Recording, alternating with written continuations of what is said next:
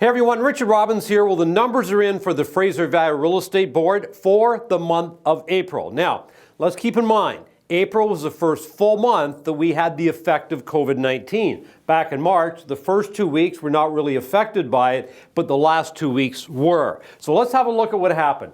We got our sales, we got our active listings, we got our months of inventory, and we got our average sale price. Now, months of inventory, we take the active listings, divide the sales into the active listings.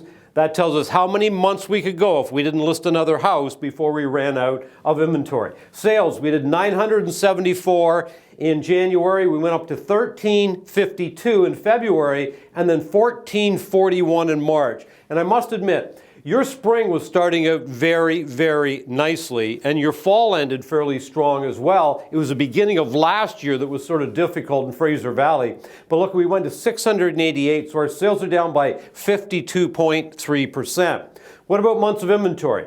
Remember, 4 to 6 buyers, or 4 to 6 balance, we're sitting in a balanced market at 5.3 balance, actually moving down towards seller market territory, and then look what happens here. Why?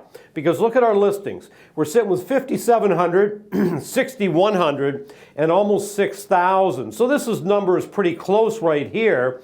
And then, of course, what went way down to cause this number to go way up? So if we compare April of last year to April of this year in terms of the sales, we did 1,383 last year. Now, in all fairness, April of last year was not a strong month in the Fraser Valley Real Estate Board. It got stronger towards the end of the year and the first few months of this year. You can see what happened here. We went down to 688, so we're down by 50%. That's obviously a big number. What happened to your price year over year? You're at 701 up to 762. And the reason you see that being up is because the trailing part of the year was a little stronger and the first few months of this year. Now here's what I did.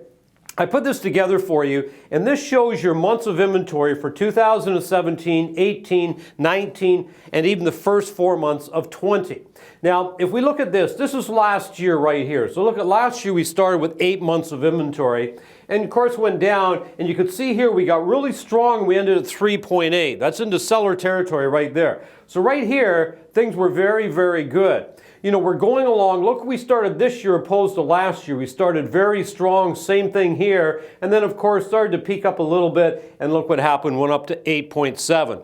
Now, one thing I created for you, and you can download all these slides, and I do recommend you do that. Have a good look at these numbers, study them, understand them, use them when you're talking to buyers, use them when you're talking to sellers. But what I did, I gave you the sales, okay, the active listings, and the months of inventory from 2011 right through to 2020. So very interesting. If you download this, okay, print it off, you can have a look at what's going on. And I think this is a great chart to be showing buyers and sellers what has sort of happened over roughly the last 10 years. Now, we're moving into May.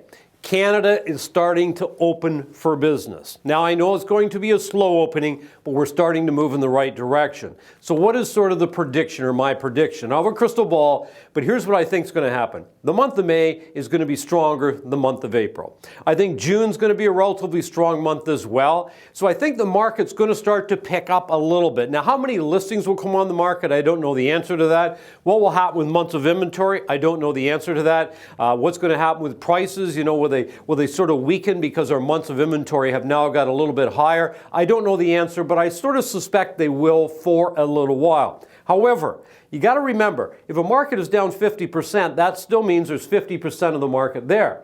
And I don't suspect we'll be off that much in May compared to what we were in April. So the opportunity is there right now for us to get back in the market, get back to work, calling buyers, calling sellers, and start to do what it is we do best and assist people with buying and selling real estate. Because I think May and June could be great months if you're working in it. Thank you for watching. Remember, everybody, it's a beautiful life. Make it count.